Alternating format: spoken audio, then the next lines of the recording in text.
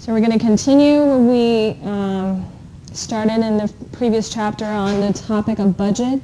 This chapter, we're starting a new chapter, but the idea here is really continuing on what we started in chapter 22, understanding in more details how to do analysis on the differences between budgeted numbers and the actual outputs that we got at the end of the season.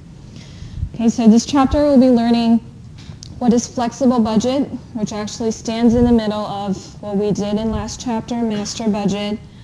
We will be doing flexible budget in this chapter and understanding why we're doing this to help us do analysis on the differences between actual and master budget. Okay, the second section will be introducing what is income statement performance report, and again is the variances between budget numbers and actual numbers. Then in more details, how do companies actually set standard costs, and what is the benefit of doing that? Standard cost basically is the budget unit cost. So we learned a lot about unit cost in the first three chapters. Remember, breaks down to direct materials, direct labor, manufacturing overhead. So at that time, these numbers were given to you, but we didn't really explain how to arrive at these numbers. So the middle section here in this chapter, we'll be going over how accountants and managers actually work together to determine these numbers. And then we will be using standard cost, that concept, to understand in more details flexible budget variances.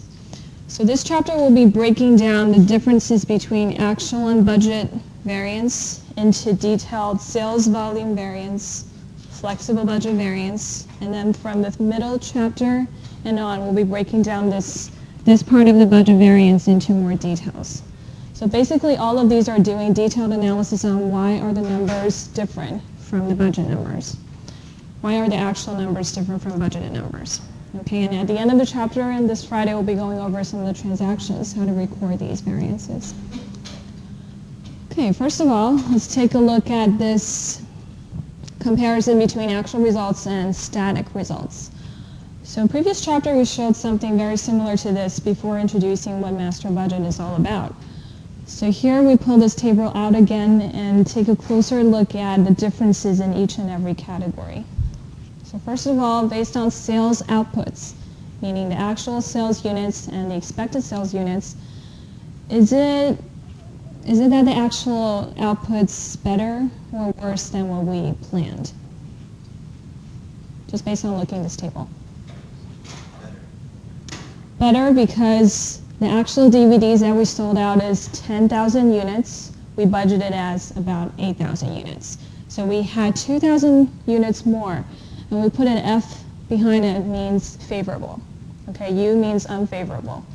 So anything that will boost up operating income, we consider it as favorable. So in this case, if we just look at units, the more sales we make, usually the more sales revenue we're able to get, right? So 2,000 units we listed as favorable. Now what about sales revenue? Because we have additional 2,000 units sold, so also, of course, our sales revenue usually will be incrementally higher than what we budgeted. So also we have a differences, $25,000 as favorable amount.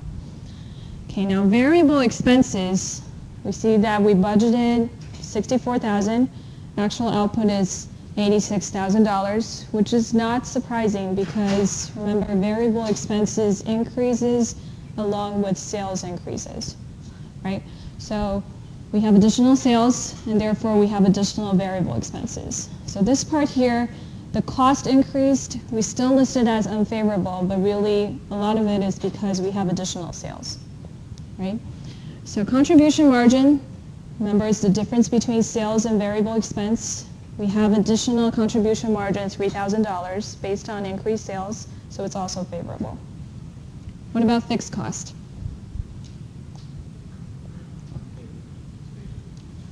It's actually also favorable because we budgeted $20,000 and the actual output was $19,000. So perhaps we rearranged some of the depreciation expenses or some of the labor rates, fixed expenses on employees' salary, we also rearranged it. The actual output was $19,000, the money that we spent. So this 1,000 is also favorable. So overall, these differences led to operating income. $16,000 is the actual output. We expect to have $12,000 actual output, the differences is favorable, $4,000. But you know, knowing these number differences is not enough. We need to know why are there differences, meaning that we have 2,000 units more, but is that the same rate increase as what has been increased in variable expenses category? And why is there fixed expense differences? Right, so this chapter will be introducing flexible budget to really parse out why are there differences here, why do we have additional 4,000 operating income here. If it's solely because of sales volume variance, then these two would be the same. If it's not only because of $2,000 variance, we might have an additional, for example, if we expect that each and every unit incurs $8 variable expenses, and at the end, we realize that we only spend $7 variable expenses. So that $7, the difference is $1, is not because of that 2,000 units differences. Okay, so this chapter we really want to break down the variances into different portions and understand, is it only because of this 2,000 increase of sales units, or actually there's additional differences in variable expenses that you spend on selling each and every unit. Okay, so the purpose of introducing flexible budget here is to understand in more details the different categories of differences. Right, so static budget, we want to compare these two. Static budget basically is what we learned in the previous chapter, master budget. So what it means is that we set a specific level of units that we expect to sell for next season. Remember last chapter we listed 4 months of expected units of sales, expected variable expenses, fixed expenses, and of course there's also other areas of budget that we did. Operating budgets, financial budgets, right? So master budget really, we only set a certain level of sales for each and every month. So that's why we call it static budget. As opposed to that, flexible budget, we will be listing a table expecting that perhaps we're not only having, let's say this part we expect to have 8,000 units sold. Flexible budget, we do it usually before the actual outputs is reached. So we may have 8,000 here, may have 5,000 here, 3,000, 10,000. So the only difference between flexible budget and master budget is that we set a wider range of sales outputs just in case static budget we didn't really meet this 8,000 units, or actually we went over 8,000 units. So we want to know, in case only if there are sales volume differences, what will be the operating income for each and every level of sales. Okay, so this is done before actual outputs is there, and then we use this to compare against actual results so that we know. We set this level, let's say at the end, actual results, we sold out 10,000 units. Then we just pick flexible budget, this 10,000 units category, and see if these two are the same. Okay, we'll get to the examples a little bit later, but for now you just need to know that flexible budget and static budget, the only difference is that this is set at a certain level of sales. This is set at a wider range of sales, expecting that perhaps we'll run a little bit lower than what we expected, or we run a little bit over what we expected, and what will be the operating income. So besides sales volume differences, everything else should be the same in flexible budget compared against master budget. Meaning if master budget expected $1,000 of fixed expense, flexible budget would also have 1,000 regardless of the level of units sold. If master budget expects variable expenses to be $8 per unit of sales, flexible budget also expected to be 8,000. We're just timing different volumes of sales. Okay, so flexible budget is just expanding master budget a little bit. Remember that nowadays technology can help us to do that in Excel spreadsheets and budget management tools. It's very easy to just play around with the level of sales and we can have different outputs of operating income. Okay, so this is useful later that we can compare. If flexible budget is different from actual outputs, then we know it's not just because of sales volume variances. It's also because of other areas of variances, like variable costs, like fixed costs. Okay, so let's take a look at this. This is actually a flexible budget listed here. As the example that I just went over, expecting to sell 8,000 units, companies may be expanding this to other levels. For example, 5,000 units, 10,000 units. So based on this, can you tell me, first of all, what is the unit price for each product that we're selling? $12, right? So in flexible budget, we set $12. Remember, this is done before actual outputs is there. So $12, we just expand the static budget into different levels, and it's still $12 times 5,000 units, $12 times 10,000 units. That's how we got sales revenue. Variable expenses, we set it at $8. $8 times 5,000 units, $8 times 8,000 units times 10,000 units, you can get variable expenses. So subtracting variable expenses from sales revenue, you get contribution margin. And then fixed expenses, since we're assuming it's within a same relevant range, so regardless of sales activities, regardless of the number of units we sell out, it's 20,000 for each and every level. Okay, so this is flexible budget. Really, it's just expanding master budget. If master budget earlier, we just did it for 8,000. This is closest to what we expect to get in next season. But this gives us more information on other levels of sales and what would be the operating income.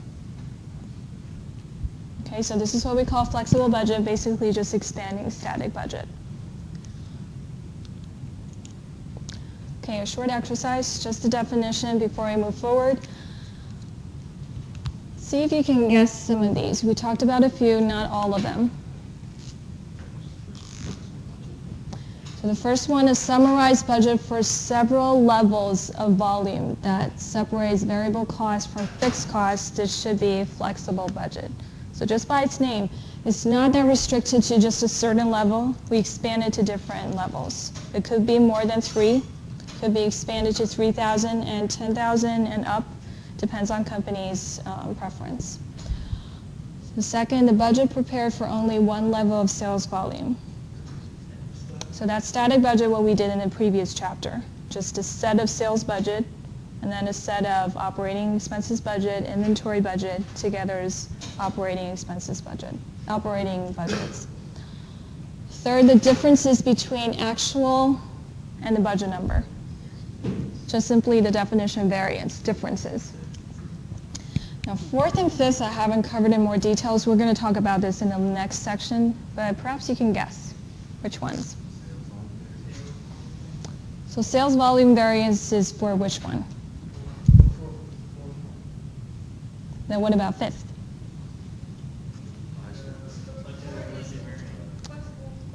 So the fourth one is harder. The definition is more complicated, flexible budget variance. But if you don't know the fourth one, the fifth one here is just based on number of units difference. So it's obviously is the volume differences. Okay, so what this part means, the fifth part basically means the differences between master and flexible budget. Meaning at the end, if we know that our actual output is $10,000, and then we match against $10,000 flexible budget column with our static budget, the only difference is just the $2,000 units, the sales volume difference. Everything else should be the same because we set $8 variable expense per unit. We set $20,000 fixed expenses.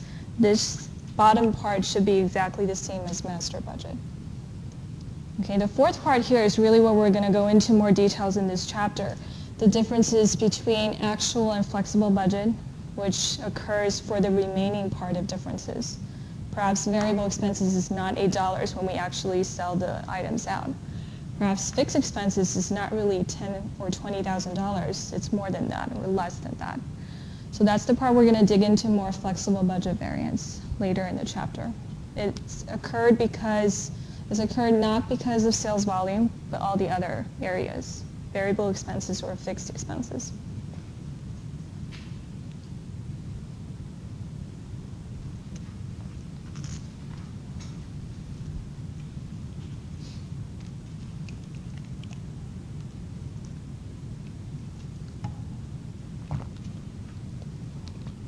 All right, so let's do a income statement performance report. What this means is just the differences between actual and budgeted numbers. So basically, if you list out all these, in the first table what we did is essentially an income statement performance report, comparing the difference between actual and the budgeted numbers. So again, we break down flexible budget. We use flexible budget to parse out the differences that is occurred because of sales volume or all the other areas, meaning either variable expenses or fixed expenses. Okay, so the reason why we need to do this is because just by looking at the output numbers, the difference is $4,000 operating income wouldn't really tell us much. Seems like we have additional operating income, but managers needs to know why that happens. Is it because we spend less on the cost side, or is it because we sell more? Okay, so this is a chart that is actually the same as what I written there on the whiteboard. Actual and static budget, the difference is we call it static budget variance. And then if we put flexible budget in the middle, setting it as the actual number of units sold, then that compared to master budget, the only difference is just sales volume, meaning the 2,000 units differences. Then if you compare flexible budget with the actual outputs, that difference we call a flexible budget variance. Okay, so if you want to calculate the variances, sales volume variance basically just means based on the 10,000 DVDs actually sold compared against 8,000 that we plan to sell, the difference is here 2,000. And then what is the sales price times to that 2,000 units? What's the variable expenses, fixed expenses? At the end, that will give us sales volume variance. That's this part here. Okay, now flexible budget variance is comparing, if we already set the 10,000 units, the same as actual outputs, supposedly these two should be the same. If variable expenses is $8 for the actual outputs, if fixed cost is really $20,000 as we planned earlier. But if there are still differences between the two, then that means it's not because of additional sales, it's because there's something with this variable expense and fixed expenses that is not the same as what we planned. So that's the part that we call a flexible budget variance.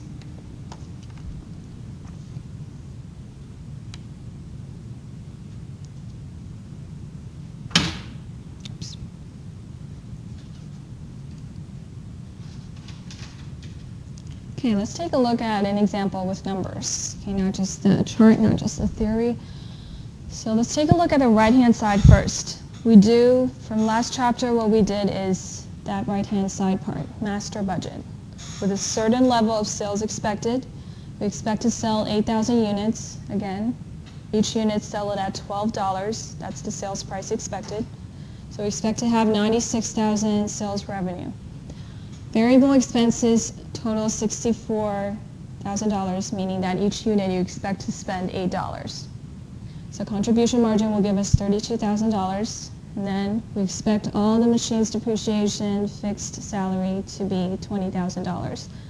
So overall, this is our expected operating income. At the end of the entire month, we realize this is our actual results. We sold out 10,000 units, and apparently, not each and every one of them is sold at $12, because if it is, we will only have $120,000, but we got $121,000. Okay, variable expenses is $86,000. Again, apparently it's not $8 per unit. Otherwise, we should have $80,000. Contribution margin is $35,000. Fixed expense is $19,000, which again is different from what we expected. So we want to know why are there differences between the two? Where does this 4,000 static budget variance come from? We set the flexible budget in the middle to decide which areas really made the difference and led to this. Okay, so first of all, we compare these two, which we actually readily talked about this example. We have additional 2,000 units. So flexible budget, we set it as 10,000 units, the same as actual results. Okay, meaning that we only pick this part here. We did a lot of the columns, but we only picked this part of the flexible budget and put it here for comparison. So theoretically, 10,000 units, we should have $120,000 of sales revenue. We should have $80,000 of variable expenses and $20,000 of fixed expenses. So these two differences, these two column flexible budget compared against the static one, we have an additional 8,000 operating income. Supposedly, we should get additional of this based on 10,000 units of additionally sold out. But at the end, we only got additional $4,000. So this is because if we compare flexible with the actual results, we realize that sales revenue part, we actually have additional $1,000, which is favorable to operating income because this boosts up our operating income, right? Meaning some of these sales transactions, we were actually able to get more than $12 per unit from customers. So that led to overall our sales revenue to increase above $120,000. If we look at the second category, variable expenses, we should have only spent $80,000, but we spent $6,000 more, which led to an unfavorable number to operating income because that is additional money that we spent on selling these items. Okay, fixed expenses, we spent less. Perhaps we overestimated the depreciation on certain machines. So we had only we only spent $19,000 here. We expected $20,000, so we had additional $1,000 that's favorable. So if we add all these up, the U's and the F's, we have $6,000 unfavorable from variable expense. We have $1,000 favorable from sales, $1,000 favorable from fixed costs. So overall, we have $4,000 unfavorable based on comparing these two. Okay, then sales volume variance part, we have 8,000 favorable here. So overall, we have 8,000 favorable from sales volume increase. That increased 2,000 units. We have 4,000 unfavorable from all the remaining, especially variable expenses that pulled down some of the increase that we got from sales. So overall, we have 4,000 favorable operating income, comparing actual with static.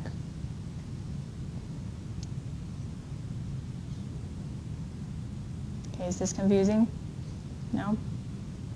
So basically what this is, again, is what we're trying to do is compare, general idea is compare what we budgeted at a certain level with actual results. But to help us do analysis on where exactly this 4,000 additional operating income come from, we set the flexible budget in the middle, setting the sales volume the same as actual sales volume. So this is the number that theoretically we should get if, besides the 2,000 additional sales, if we still remain $8 per unit in variable expense, if we still remain 20,000 fixed costs. So this part here, based on sales volume variance, we should have had additional $8,000 of operating income. But then if we compare this with the actual results, we notice that we had additional $6,000 of variable expense spent. But we also had a decreased fixed expense. We had additional sales revenue.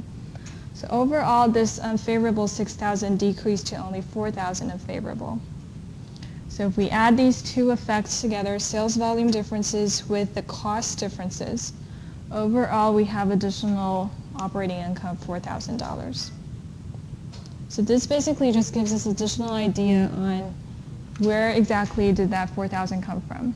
So you can see that 8,000 comes from sales volume variance. That should be a plus over there, but we had a minus here of 4,000 because of additional costs spent. Okay, so overall we had a plus $4,000 on operating income. So $12,000 was our original plan. At the end we got $16,000.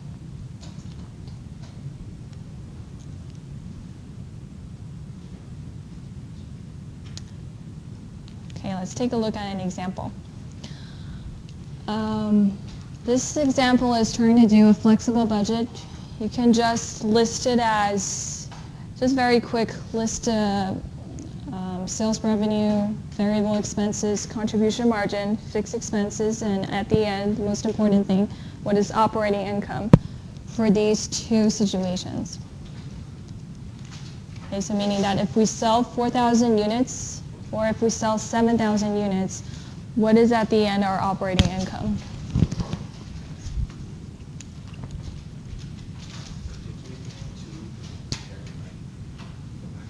Sure. No, for this problem it's easier. We're just doing flexible budget. We're not comparing it, okay?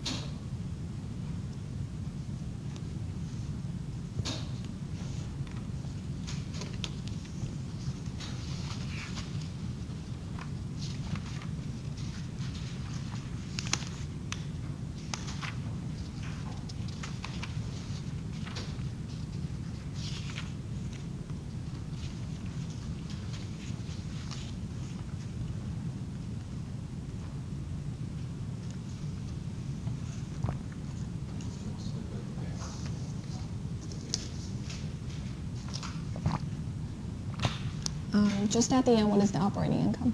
Okay.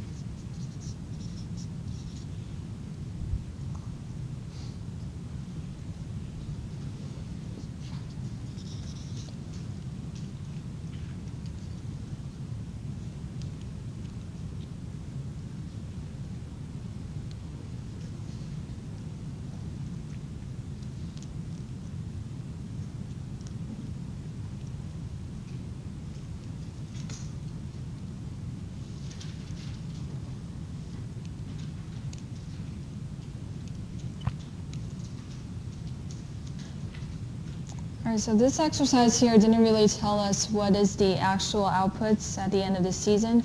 What we're doing here is just putting together a flexible budget on different levels of sales. Okay, so remember this is the definition of flexible budget compared to static budget. It's expanded to either lower level of sales or a higher level of sales, and then we break down expenses to variable to fixed. At the end, we want to get an operating income. So the first step would be understanding what is the unit price that we expect to sell, and then what is the cost of variable expenses for each unit that we're selling. What is fixed expenses here? So fixed cost here should be the same for both type of sales level, because if it didn't specify that we're bumping into another relevant range, we can assume that fixed expense is the same level. Okay, variable expenses flows with sales, so the more we sell, the more variable expenses will occur. The more we sell, the more sales revenue occurs. Okay, so overall the table should show A flexible budget shows that at a certain level of sales price, at a certain level of variable expenses, but at different sales volume levels, what's the overall operating income that we're getting? Okay, so just use $19 for each unit times 4,000 units. $19 times 7,000 units, you get sales revenue. Variable expenses, $8 times 4,000, $8 times 7,000 units. And subtracting that from sales revenue, you can get contribution margin. Then fixed expenses are the same, operating income. Okay, so again, what is this useful for? At the end of the month, once we get the actual results, this is a simple flexible budget that only breaks down to 2 levels. Let's just assume that we actually sell 7,000 units. Then we'll be referring to a flexible budget, pull just the 7,000 column, put it in the middle, compare at 7,000 level of sales outputs. This is supposedly, theoretically, what should happen. But if at the end, the actual result is not $62,000 operating income, then you know that there's something different from what we planned, especially in the variable expenses and fixed expenses part. Okay, so that's what this is useful for. At the end, we select a certain level, put it in the middle here. So it's not just about comparing static and actual. We want to know specifically, is it because of sales volume differences, or is it because of the variable expenses that you spend on each unit, or fixed expenses?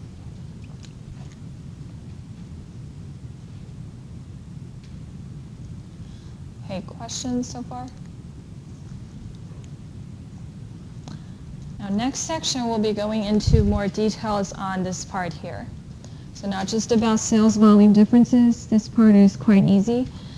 Flexible budget variance, will be breaking it down to the price that we actually assign to the products, and also is the materials that we use actually the same level as we expected, or we spent more materials on producing some of the products. So some of the variance will come from unit costs that we assign to the products. Some of the variance will come from the amount of materials that actually flows into the product. That variance is it different from what we planned?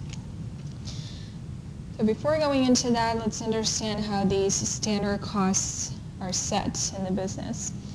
So this part here just gives you a brief theory, a brief background on how usually these $8 variable expenses or $10,000 fixed expenses, how is it usually set, budgeted beforehand? So remember, what we're doing here is planning ahead, right? A lot of these things, budgets happens, we're budgeting for the next 4 months, and these are the numbers that not yet happened. We're just assuming or projecting these numbers. So what standard cost means, it means a budget for the unit price. So a lot of the things, the problems that you learned in the first 3 chapters, 16, 17, 18, remember we learned about direct materials, how do we assign labor costs, manufacturing overhead. Those were based on actual numbers that happened. The transactions, remember we journalized it. We posted to T accounts. We summarized it. Manufacturing overhead, a table, right? So those are the costs that happens afterwards. After you produce the products, you summarize what was the price that you paid to supplier, then you divide it by how many units that you actually produced. Then you assign direct material costs. So you summarize the total labor costs that you spent, that you paid to the employees. You divide it by the number of outputs that you got at the end. So those were the actual numbers. Here we're referring to projected numbers. So basically the projected unit cost is what we call standard cost here. So how do accountants set these? We have to set it at the price level. We also have to project what is the quantity that will flow into the product. So this is basically the same thing that you learn, besides that this is the budgeted side. So just like last chapter we learned about statements, those were the budgeted statements, not the actual statements. So here we're talking about how do accountants usually take care of budgeted price, meaning that they have to do some research on the suppliers and expect that what is the transactions they're going to purchase and how much would that cost. Then they're going to divide it to the expected units that they're selling or producing. Right? So this again breaks down to the 3 categories of cost that you learned in the first 3 chapters. Exactly the same. We have materials costs that we need to project. We have labor costs that we need to expect how much we're going to spend. We have also manufacturing overhead costs. Okay, so how are these decided? Accountants, they need to work with, of course, purchasing manager to determine what are the types of materials that they're expecting to purchase in for certain types of products. So different types of products, you have different suppliers. Different suppliers, you may have different contracts. All of these, the total cost of materials for each and every type needs to be considered altogether. And by considering contracts, they also need to consider, is there any discounts that they're potentially maybe able to get if they pay the accounts payable earlier? Is there freight cost? Like some of the suppliers, if they are further away, perhaps it's based on the distance, so what would be the potential freight cost added to this transaction? So these are detailed plans on how to determine material cost. What you see later, these numbers given to you in the problems, really is after a bunch of analysis on different types, different levels of materials, aggregated all together. Then you assign a certain price to this particular cake or the particular bicycle that you produced. Okay, so labor cost, the same idea. Accountants will need to work with the staff or the department head and human resource department. Think about how many employees that they potentially need to hire. What will be the contract, salary contract that will be signed off? Manufacturing overhead, what are the certain machines that they need to get that actually is worked for multiple types of products? What will be the allocation base that they need to select in order to assign these costs? So remember that ABC costing system that you learned in Chapter 18 is all about assigning manufacturing overhead. But those that you learned earlier was the actual cost that happened. This, what we're doing here, is before that actually happens, accountants needs to work with different areas of managers to set the projected price. So this is what we call standard cost. And standard cost breaks down to the price part, and also we need to determine also the quantity part. Right, meaning that the purchase price for certain inventory, but then what is the level that you need to purchase? How many of them? Right, direct labor, you know the rate for certain employees, but how many employees do you need to hire in order to produce a certain type of product or to open up a new product line? Right, manufacturing overhead, again, also, what is the total level of machines that you need to purchase? And then is there additional allocation basis that needs to be assigned for these different cost assignment later on? So these are just some of the theoretical background on how these costs are set. So what you learned earlier is the actual numbers after the transaction happens. Here what we're trying to determine is before going into a new production cycle, before selling new items, how do we decide on these? Okay, so this is an example here. Basically, it looks very similar to what you learned in the first 3 chapters. Besides here, what we're doing is just budgeting for the numbers. So all these numbers later on after the season, we'll be using these to compare against what? The actual numbers, right?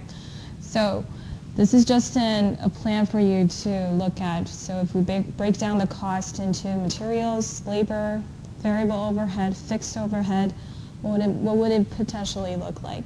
So you pretty much already know what this is about, right? You know why are we looking at these costs? Because these costs later flows into the production costs of products, determines the unit cost of the product, and then we mark up a price to sell to customers. Right, so this is just a detailed breakdown on, for example, we may have purchase price set at $1.90. Then there's additional delivery, receiving, inspection costs to spend on the material, making sure that they meet the quality standards before we produce it. So overall material cost could be $2. And later on we'll be comparing whether the actual numbers occurred was $2 or was it more or less than that. So same for labor. Labor costs, we may set the hourly wage right now at $8. Other payroll taxes, the benefits that comes together with the contract may be worth $2.50. So overall, at the end of the season, again, we'll be comparing this with the actual numbers. Okay, so same for overhead, same for fixed and variance, fixed and variable overhead. So why are we doing this? This is the same advantage of doing master budgets. It's basically these standard costs is the parts of master budget, basically. So master budget, we directly give you the numbers. What is the sales price? What is the expected volume that we're selling? This part here just goes back to how we determine the expected sales price, how we determine the expected quantity. So it actually helps managers to determine what is the entire master budget and set the target levels. Set sales prices of products, because remember, sales price comes from the expected unit cost first. You definitely want to mark that up from that. You don't want to have a sales price that's lower than the cost. Right, so this is just the theoretical background. What is useful for master budget, and in more details, where does the master budget's number comes from? Accountants needs to work with purchase managers, needs to work with human resource departments staff, needs also to work with the production cycles managers to determine what are the materials, the labor, overhead costs that needs to be spent, and specifically break down the cost into price and quantity. All of these are on the budget side, not the actual numbers.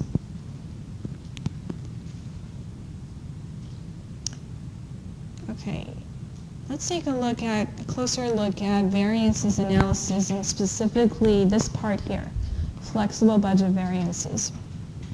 So since we know that this part is not related to sales volume, because we already set the flexible budget sales volume the same as the actual results output after knowing this. So we want to know in more details, is it because price variance, the unit cost that we set, unit cost that actually occurred, is it different from the standard cost that we budgeted earlier? Or is it because that we had efficiency variance, meaning that a product we expect to use perhaps 3 square foot of vinyl, and at the end we used 5 square foot of vinyl. Or other certain products, baking a cake, we expect to use 5 pounds of flour, at the end we use 7 pounds instead. So that's related to efficiency variance. Others, if it's related to the price that you paid to the supplier, vendor, it's different from what you planned. That's what we call price variance. Okay, so overall, these two categories forms the flexible budget variance. And again, it's nothing to do with sales volume. This is another category that we already talked about. Well, let's take a closer look at price variance. How is it calculated? Later on, we'll go into some of the examples. So to be more specific here, price variance, again, it's just by its name, it's only related to the unit cost difference. Okay, so we already know the actual quantity. Price variance, we're just comparing that. What was the standard unit cost? Perhaps we only expect to spend $2 on direct materials. But at the end, we actually spend $3 on direct materials. So if that happens, then the differences will be $1 for each quantity that you spent, each quantity that you spent on producing the product. Okay, so if you produced 1,000 units, you expect to pay just $2 on direct materials, but you spend $3, then you will have $1 times 1,000 units, $1,000 of price variance. Okay, so again, this is one portion of flexible budget, the unit cost differences.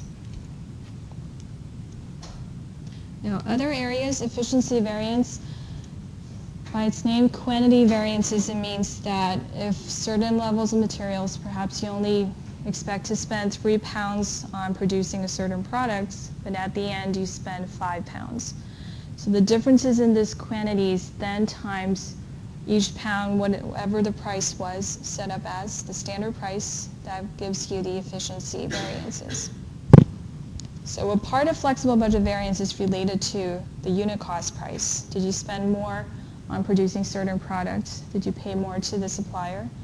Other part is related to quantity-wise. Did you use more volume of certain materials on producing the product more than you expected, or less than you expected?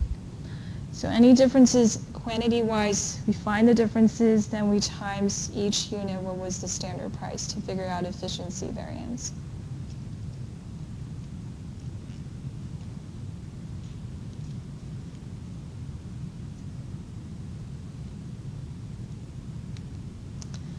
Okay, so if we put it together, again, originally we start from actual as static budget. The differences is static budget variance, and we break it down into sales volume variance and flexible budget variance.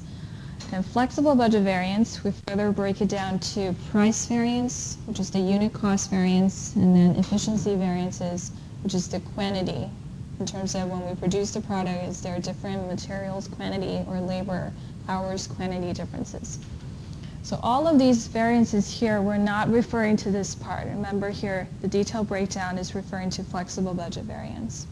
Okay, not sales volume, because flexible budget here, we already set the sales outputs the same as the actual outputs.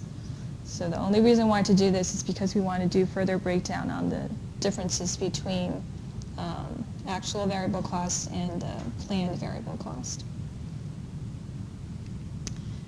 Okay, so let's add in some of the numbers to these variances. So if we go back to this table here, we're going to take a closer look at why exactly this $4,000 unfavorable part comes from. Here we know that it comes from variable expenses, $6,000, right? It comes from sales revenue and also fixed expenses differences. The variable expense, we can then break it down into direct materials, labor cost, manufacturing overhead as well. Okay, so we break down that table into more detailed information here. So what are we looking at here? What do these two tables tell us for direct material, let's say?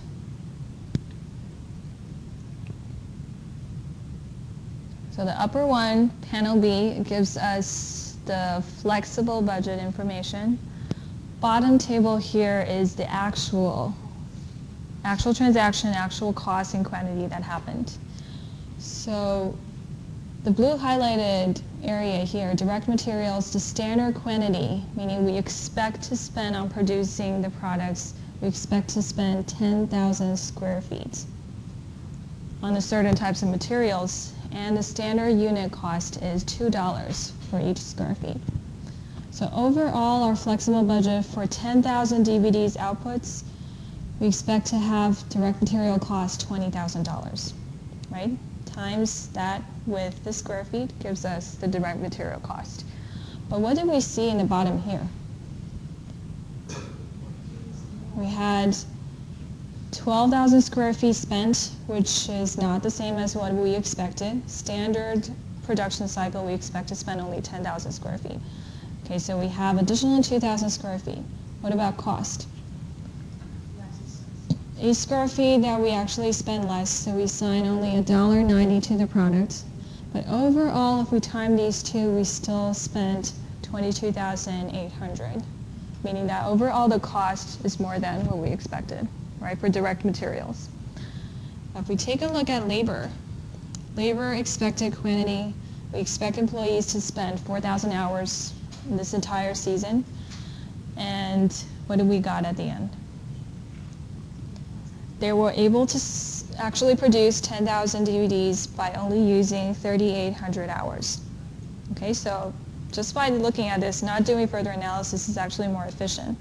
They only spent 3,800 hours to got the same level of outputs. But what about cost, meaning the price? So the standard price, each and every labor hour, we should be paying them $10.50. But at the end, what actually happened was that we paid them $11 instead. Okay, so we'll be looking into more details on, you see that the quantity for the actual quantity and the budgeted quantity, actual price and the budgeted price, all four items for just material and labor cost are all different. So we want to know in exact why did these differences happen and which part belongs to which category.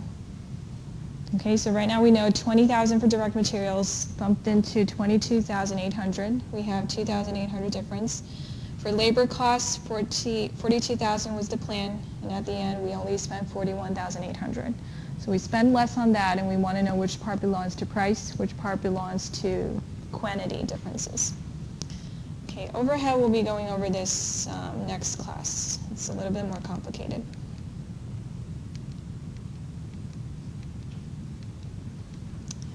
Right, so first part here, let's take a look at direct materials.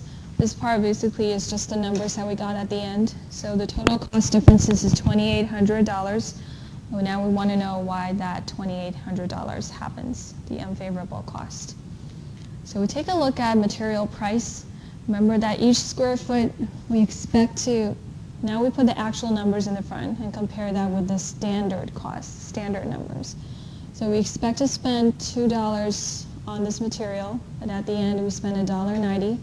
So each square foot we have a difference 10 cents, right? And then in reality, at the end, we spent 12,000 square feet of certain materials. So that 12,000 square feet is the actual quantity that we used for production cycle times the differences of each square feet's cost. Overall, we actually price variances since we spend less on the product. This is actually favorable to us, meaning that we paid less to the supplier. Somehow, perhaps we got a discount. Or we ordered a huge quantity, it's considered a special order. Others also, the supplier may have given us discounts as well. So we have $1,200 favorable here for price variance part. For material efficiency variance part, then we will need to compare the actual materials that we spent against what we expected to spend earlier, what we budgeted. So we budgeted for these 10,000 DVDs, we only need to use 10,000 square feet of certain material, but then we actually used 12,000 materials, meaning we actually under budgeted. We were too confident, we actually need to spend more materials on this product. So overall, quantity-wise, we spent additional 2,000 square feet on this in this season. Each square feet cost us $2, our standard price. So overall, it's unfavorable $4,000 for us, because we spend additional materials on producing the product. Okay, so this left-hand side here, the price variance part relates to that 10 cents differences for each square feet that we used. And then the efficiency variance part relates to the material-wise, the additional materials that we used and what was the price for that. So overall, there are 2,800 unfavorable variances here, which goes back to that total number that we see here. 2,800 here. Okay, so we break that down into price variance, 10 cents for each square feet, and then efficiency variances, which we spend additional 2,000 square feet on certain materials. Overall, this gives us 2,800 variances. Okay, so this is materials part. We take a look at another example, direct labor. Actual direct labor cost was $41,800, and we planned it to be $42,000. So we have $200 favorable to operating income because we spend less on this. We want to know where did that 200 comes from. So again, we break that down into price and efficiency variance. So if you take a look at price variance here, each and every hour we expect to pay $10.50, but then we actually paid $11 instead. Let's say we negotiated with employees. Perhaps they were more experienced. They were not rookie employees. So they know how to produce a certain product. They had more skills, so we agreed to pay more on an hourly basis. So overall, based on the 3,800 hours that they worked on a certain production cycle, overall we paid additionally $1,900 compared to what we planned. So this is the price variance. It's based on hourly rate since it increased 50 cents for each hour. Efficiency variances here, you see that producing 10,000 DVDs only cost them 3,800 hours to produce all of them. Originally we planned 4,000 hours. So there are 200 hours is less than what we planned. This is actually cost saving for the business. Okay, so overall the cost saving here compared to what we planned is $2,100 favorable. Upper part here, we spend more each and every hour, $1,900 unfavorable, but overall the total variances here is only 200 and it's favorable to the business.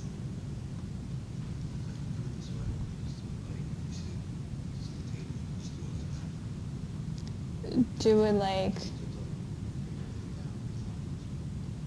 Oh, this is just going into the details, but if you can also put it in table-wise too. What we're trying to do here is the overall, remember the 4,000 differences? We're just breaking it down into more details on price and the efficiency part.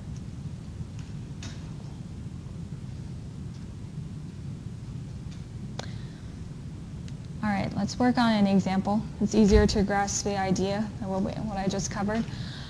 So let's take a look at this problem here. It tells you that the manufacturer is producing crystal glasses. Standard material quantity for their production cycle, they expect to spend 0.8 pound per glass at a price of 30 cents per pound. So quantity, standard quantity is 0.8, standard price is 0.3. That was the budgeted part. Actual part, they spend 1.1 pound per glass and at a price 0.4, meaning 40 cents per pound. And at the end, it produces 6,900 glasses. So try to figure out, first of all, materials price variances, and second is efficiency variances, quantity-wise differences.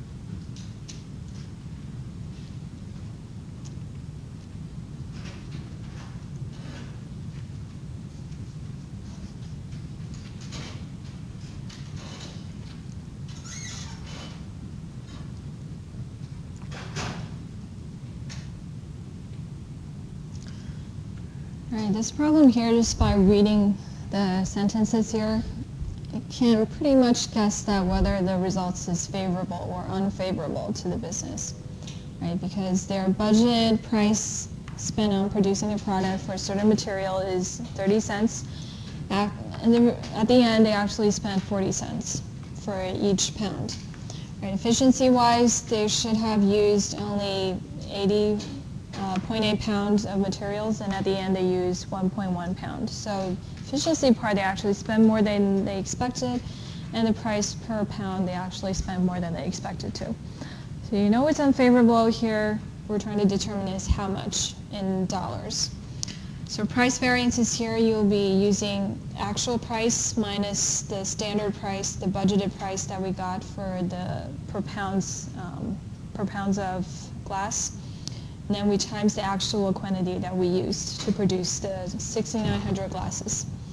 So the actual pounds we use is per pound cost is 40 cents, and then price per pound originally when we budgeted is 30 cents. So each pound we spend additional 10 cents on it.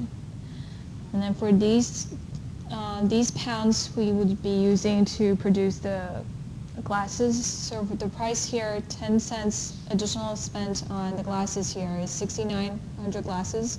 Each glass, it tells us that we use 1.1 pounds to produce it. Okay, so the right-hand part of the equation here is just the actual quantity that we used, and we just want to focus on price differences here. So remember that flexible budget and actual budgets, we're using the actual quantity that occurred. The one that used budgeted quantity is static budget. So here, both sides here, we use 6,900 glasses, and the actual pound we spent is 1.1, which times the differences from price. So overall, you should get 759 unfavorable cost, because each pound that we spent on producing the glass, we spent additional 10 cents on it.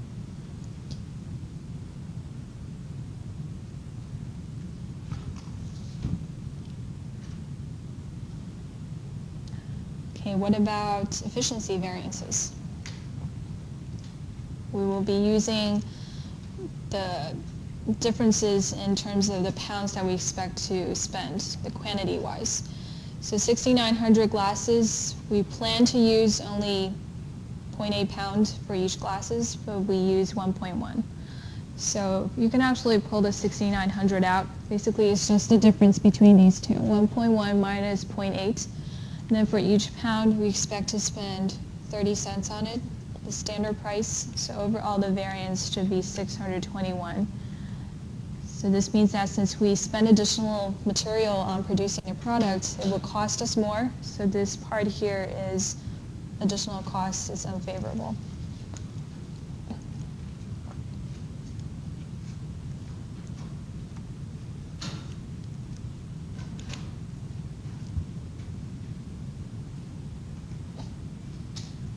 Again, efficiency variances here, we're just comparing the actual pounds that we used against the budgeted pounds.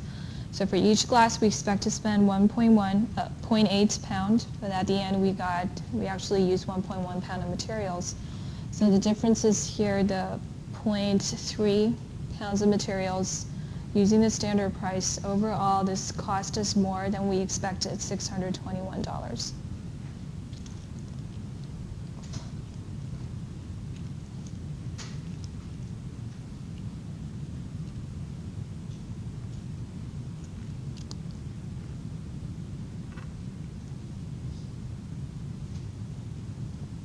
Now if I add another question here, let's say labor cost is exactly the same as we budgeted, manufacturing overhead is also exactly the same as we budgeted, what would be the flexible budget variance for this problem?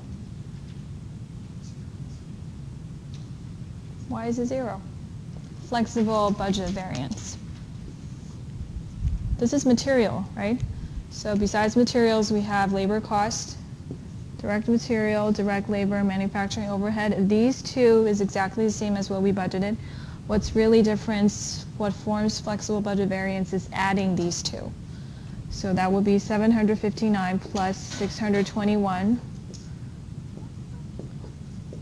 $1,380. would be the total flexible budget variance. Because remember, what we're trying to do here is just part of flexible budget variance. Okay, so if this problem asks you another question, what is flexible budget variance, that will be adding these two, in the case that there's no labor cost, manufacturing overhead cost differences.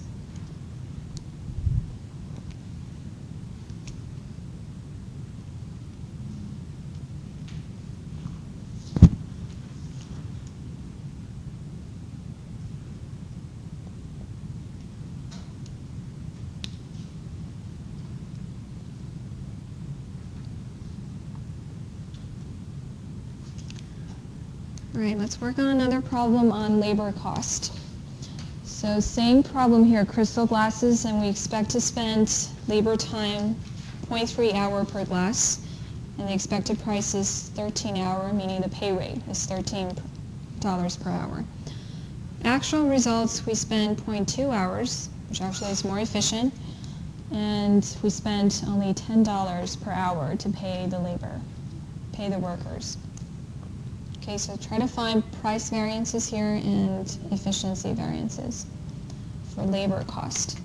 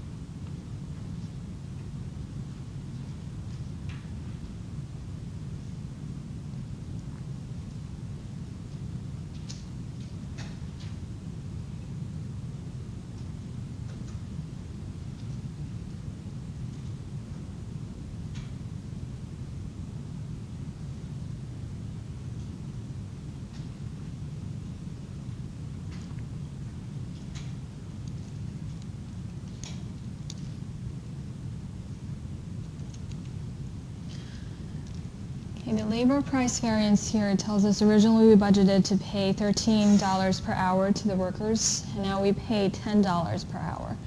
So the actual dollar amount is, for hourly pay rate is $10 minus the budgeted hourly pay rate $13. And for each for the actual results, actual output 6,900 glasses, each of them were actually used, 0.2 hours was the actual hours spent on producing these 6,900 glasses. So meaning that altogether we spent a total of 1,380 hours. Workers spent a total of 1,380 hours on producing these glasses, and each of them, we only paid them $10. So the variances here for each and every hour is $3. Then we times the actual output, meaning the actual hours workers actually worked on producing the products. So overall, we saved $3 per hour.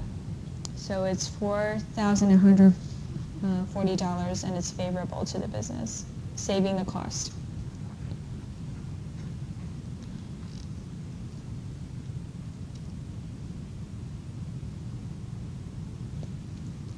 Now, in terms of labor efficiency, that means the actual number of hours, is it the same as, the actual hours spent, is it the same as what we budgeted? So we compare the hours against the original plan. So originally we expect labor time is 0.3 hours per glass. So if we use 0.3 times 6,900 glasses, you should be able to get this. And this is 0.2 times 6,900 hours. So this you already got from earlier, just using 6,900 times 0.2 hours. So originally we expect the workers to spend 2,000 something hours on these, but at the end they only spend 1,380 hours. So it's actually better for the business because also it's more efficient in terms of producing these products. So efficiency side of the variances is 8,970.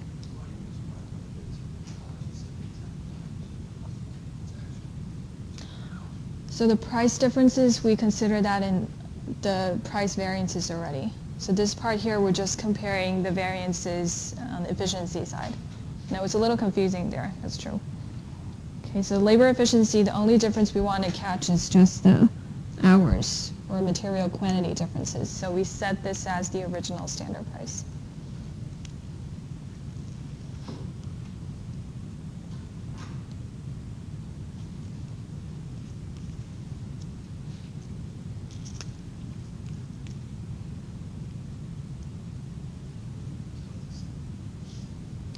$2,070, that comes from the 6,900 glasses times 0.3 hours. So originally we expect that for every glass that we expect the workers to spend 0.3 hours on it, right? But in reality, they only spend 0.2 hours on it. So this will give you 1,380. This is the actual. And the budgeted is the $2,070. This is the budgeted, the standard one. Okay, so they actually were more efficient on producing the glasses, and we times the standard price here to figure out the differences only related to efficiency part. So this question is continued with the previous question. Remember, we had direct material variances, and this is direct labor variances. Overall, the label variances here, we have $13,110. This is the direct labor variances and direct material variances. Altogether, these two form the flexible budget variance. Okay, today we only talked about two categories: direct material variances, labor variances, and in more detail, the variances in price, variances in efficiency. Friday we'll talk about manufacturing overhead, also break it down into price and efficiency-wise, quantity-wise differences.